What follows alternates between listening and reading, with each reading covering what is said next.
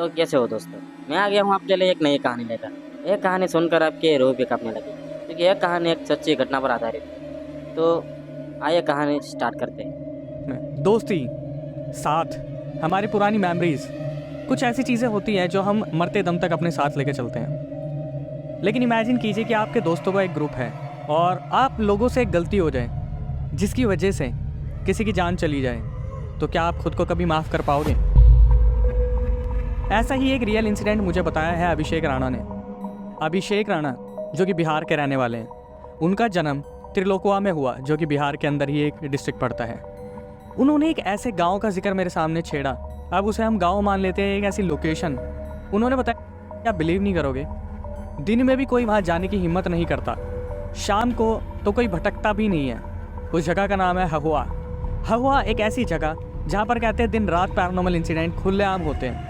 पहले भी मैंने बिहार के बारे में ऐसी बहुत सारी चीज़ें सुनी हैं कि बिहार में ऐसे बहुत सारे तांत्रिक हैं, ऐसे बहुत सारी नॉलेजेबल चीज़ें हैं, ऐसे तंत्र मंत्र की बहुत सारी चीज़ें हैं जो पूरे इंडिया में नहीं मिलेंगी आपको।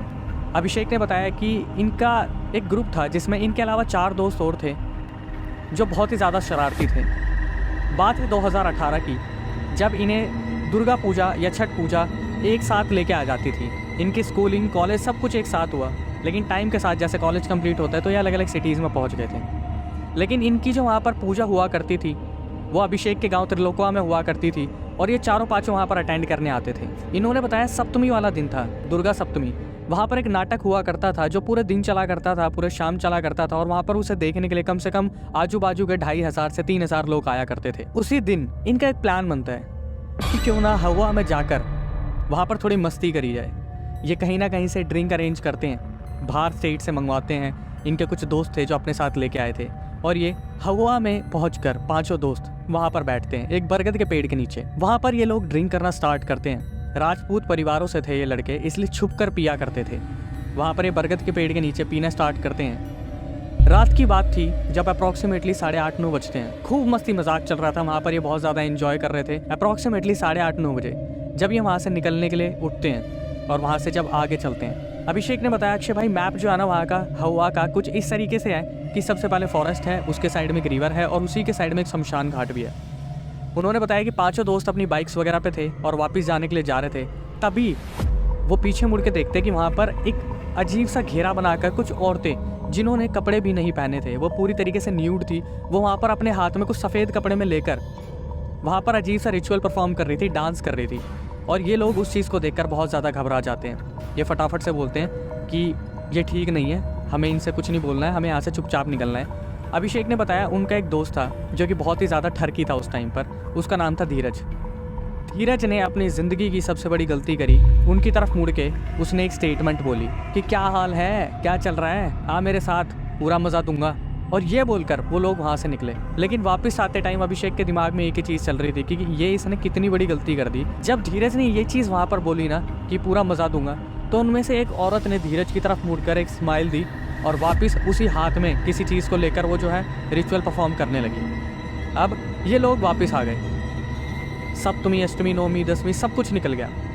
4 से 5 दिन बाद जो धीरज था, उसके सपनों में वो जो औरत उन्होंने वहाँ रिचुअल परफॉर्म करते देखी थी, वो जो उसकी तरफ मुस्कुरा रही थी देखकर, वो धीरज के सपने में आने लगी। और सपने में इनके बीच में इंटरकोर्स, पूरा सेक्स इनके बीच में हुआ करता था। अभी सुन के लगेगा कि भाई ये कैसे पॉसिबल हो सकता है, लेकिन हमारे पास ऐसे बहुत सारे इंसिडेंट आते हैं जहाँ फीमेल्स के साथ ऐसा होता है और इसके साथ भी ऐसा होता था। और ये उस चीज़ को धीरज जो था पूरा इन्जॉय किया करता था। जब ये सुबह उठा करता था ऐसी हालत में हुआ करता था जिसे सिर्फ बॉयज़ समझ सकते हैं और गर्ल्स को इशारा मिल सकता है। धीरज अपने दोस्तों को बताता था कि यार एक फ़ीमेल मेरे सपने में आती है और मेरे साथ ऐसे ऐसे इंटीमेट होती है। ये सब चलता रहा। इस बात को 1 महीना हो गया। धीरज का वज़न धीरे धीरे घटने लगा और अजीब अजीब सी बीमारियाँ उसे लगनी स्टार्ट हो गई। वो अपने दोस्तों को बार बार बताता था मिलने पर कि यार वो औरत आई थी, उसने मेरे साथ ऐसा करा, वैसा करा, ऐसे करा, वैसे करा। उसके दोस्त बोलते थे तू अपने घर पे क्यों नहीं बता देते?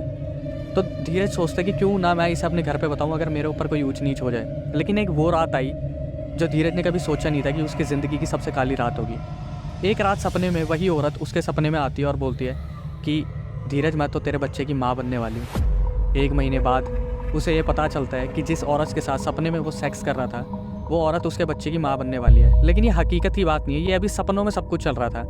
लेकिन वो औरत उसे इतने डरावने तरीके से बोलती है कि तेरे को पता है जब तेरा बच्चा होगा ना, उसको मैं अपने हाथों से अपने पेट से खींच के निकालूंगी और उसे ना मैं खा जाऊंगी और उससे मेरी उम्र बढ़ेगी, उससे मेरी शक्ति बढ़ेगी। मैंने तुझे यूज़ किया है।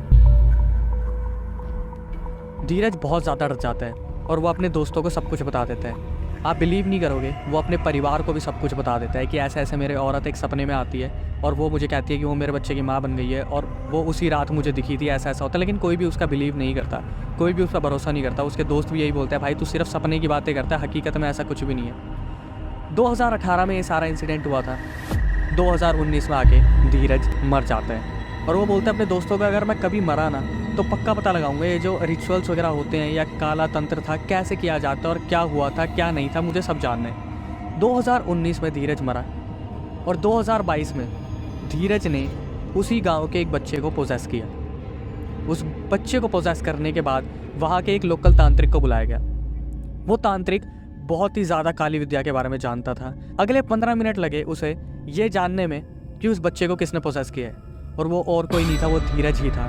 धीरज ने अपने पोजेशन के दौरान बताया कि वो जो औरत थी वो बहुत पहले मर चुकी है और उसे मारा गया था। किस तरीके से? उसकी जो सासू माँ थी लड़की की, वो हमेशा उसे किसी न किसी चीज़ की रोक टोक लगाती रहती थी। उस सासू माँ के बच्चे से वो जो फीमेल थी वो प्रेग्नेंट थी, बट वो औरत इतनी गंदी थी, उसकी सासू माँ इतनी गंदी थी कि वो अपने पति को, मतलब उस लड़की के ससुर को बोलती थी जा तू भी इसके साथ सेक्स कर, और उसका ससुर भी उसके साथ सेक्स करता था। वो लड़की एक दिन इतना ज़्यादा परेशान हो जाती है, वो खुद को मार लेती है जान से, वो सुसाइड कर लेती है और उसके पेट में जो बच्चा था वो भी उसी के साथ ख़त्म हो गया था। और उस रात वो जो रिचुअल परफॉर्म कर रहे थे वो एक तरीके का रिचुअल था जिसमें वो अपने बच्चे के साथ खेल रही थी, और वहाँ पर धीरज ने उसे बोल दिया कि आ मैं तुझे मजा दूंगा।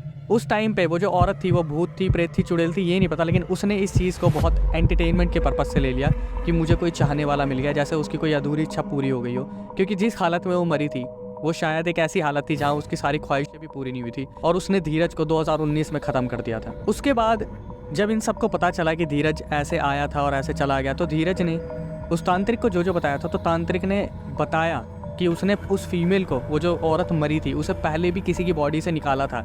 मतलब वो जो फीमेल थी जो सुसाइड करके मरी थी वो पहले भी बहुत सारे लोगों को ऐसे पोजेस कर चुकी है। लेकिन धीरज एक लौता लड़का था जो अपनी सच्चाई जब तक दुनिया के सामने लेके आता तब तक उस पर किसी ने भरोसा नहीं करा, और वो जो औरत थी वो धीरज को अपने साथ लेके जा चुकी थी।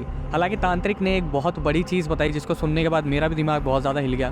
तांत्रिक ने बताया कि इस रूह को उसने, जब वो औरत ने किसी और को पोजेस किया था, तो उसकी आत्मा को उस तांत्रिक ने पकड़ा था और उस बरगद वाले पेड़ से कील से ठोक कर उसे बांध दिया था, उसी लोकेशन पे जहाँ पर ये 5 लोग बैठ के नशे पत्ते कर रहे थे, ड्रिंक कर रहे थे। और तांत्रिक ने यह भी बताया कि हवा जो जगह है बिहार के अंदर, वहाँ पर ऐसी बहुत सारी आत्माओं को बांधा गया है ज़मीन से और पेड़ों से, कि अगर आप वहाँ पर जाके कोई भी गलती करोगे, अगर आप टॉयलेट करते हो, खाते पीते हो, मजाक उड़ाते हो, कोई भी चीज़, मतलब रात के टाइम पे अगर आप वहाँ जाते हो तो आप पोजेस हो जाओगे, आपको कोई नहीं बचा सकता।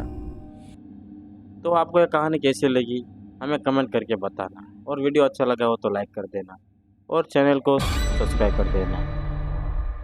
मैं मिलूँगा आपको एक नई कहानी में, तब तक के लिए अपना ख्याल रखना।